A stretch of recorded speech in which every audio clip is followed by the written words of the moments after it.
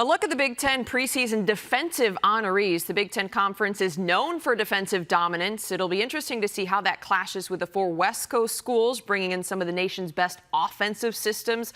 Going to be very exciting to watch. A lot of familiar faces here on this list. No maybe big surprises, but once again, expect that strong, hard-nosed, physical style of play from the Big Ten. Think Iowa, think Michigan. And I know you're a big defensive guy, Anthony. Now, with those Big Ten schools now expanding to 18 and the West Coast schools joining in, do you expect the style to change at all for any of these schools, whether it be the Midwest, kind of that gritty style versus the more offensive-minded? I believe it will, to a certain extent. I do, because the teams who enter from the West Coast, who come and join the Big Ten Conference, they're not accustomed to essentially the teams that were in the Big Ten West who will just sort of ram their head against the wall over and over again with the run game. And we even saw Michigan utilize a very similar approach to win a national championship last year. So there's more volume, certainly by percentage, to the rushing attack in the Big Ten than I think what they're accustomed to before. Now, they faced, Utah. Utah's a team that's going to run the football a whole lot. But as far as how frequently they'll face opponents who are willing to utilize that approach, it will be an adjustment.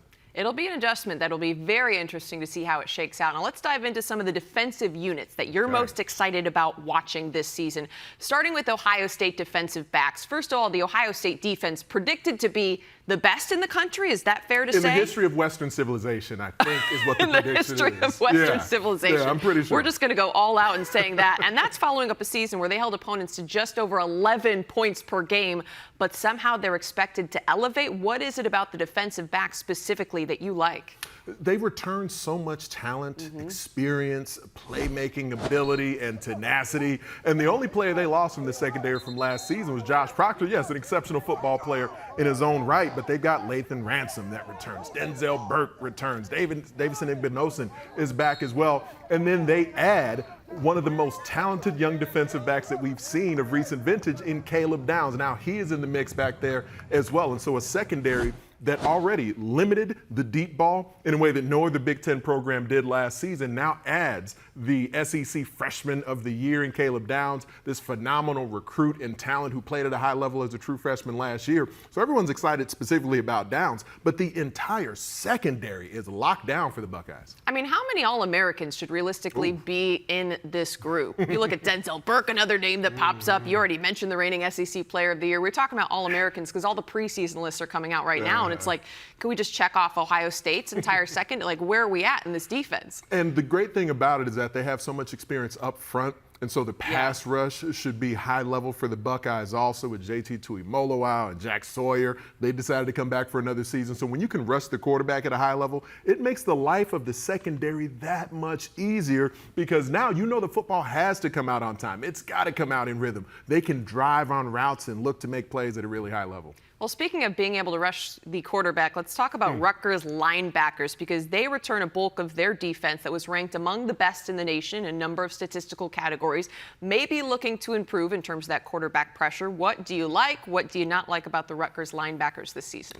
I love the scheme that they play in, first and foremost. I mean, Joe Harris-Simiak and Greg Schiano, what they do and the aggression that they allow for the linebacker position. You have no idea who Waldo is. When you're looking pre-snap to find Waldo, there is no way to determine who's the Mike, who's the guy that might blitz, where should you direct the front or the protection to, because so many of them have the potential to be either back in pass coverage, to be roaming sideline to sideline, or to attack you downhill. Wesley Bailey can do that at a high level. Mo Toure can as well. My favorite linebacker in the Big Ten might be Tyreen Powell. He's been banged up. It's a linebacker room that's had some injuries, not only going back to last season, but even over the offseason. They've sustained a few extra injuries as well.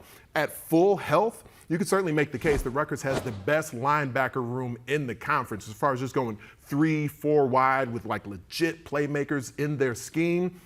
I'm not completely sure how healthy they're going to be early in the season, though. That's one of the things that kind of intrigues me about this room. If they're healthy, they're going to be as good as any group in the country, but they are kind of battling a few injuries right now. Here's my question for you about Rutgers. They finished 16th last season in total defense, 109th with just 21 sacks in 13 games, despite their ability to blitz. How did they get that number up?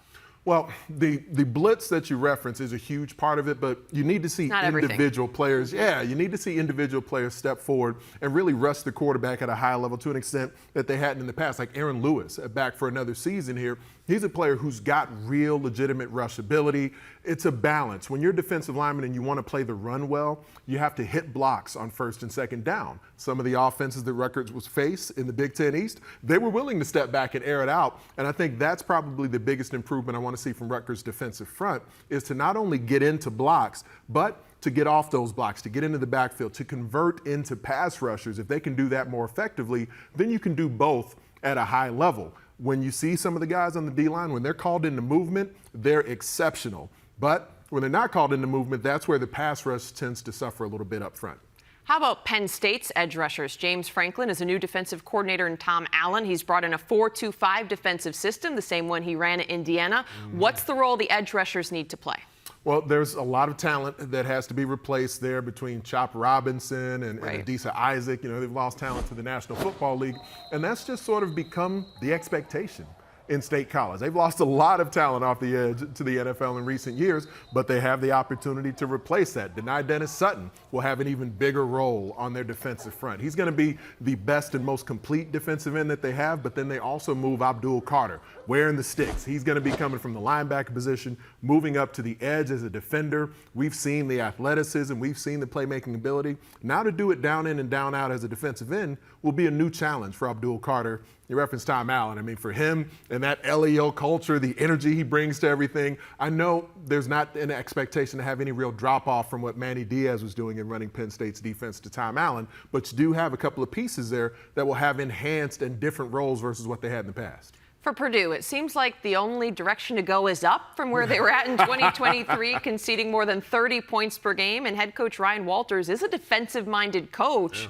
You mentioned that the defensive backs is a position that interests you. Why is that? Well, he's got the reigning Big Ten Freshman of the Year and Dylan Thieneman coming back as a safety. So there's talent in that spot. But then beyond that, when you look back to year 2 for Ryan Walters at other stops, when he really gets his defensive scheme in place, when he's able to communicate with his defensive backs on a more consistent level, that's where a big jump tends to happen. The same thing certainly happened in Champaign. They got about a month into that second Ryan Walters season when he was the defensive coordinator for the Illini, and we saw them go through the roof as a secondary, as a defense on the whole. And he did bring in some additional talent to kind of support Dylan Thieneman. The chief amongst those is Nyland Green, who came in from Georgia, and he was a high-level recruit, was there with the Bulldogs for a while. Now Ryan Walters gets another talented defensive back in West Lafayette to help sort of coach him up and nurture his talent. And I do think now with the combination of pre-existing talent who will be in his system for another year, I'm really eager to see what Ryan Walters does, combining that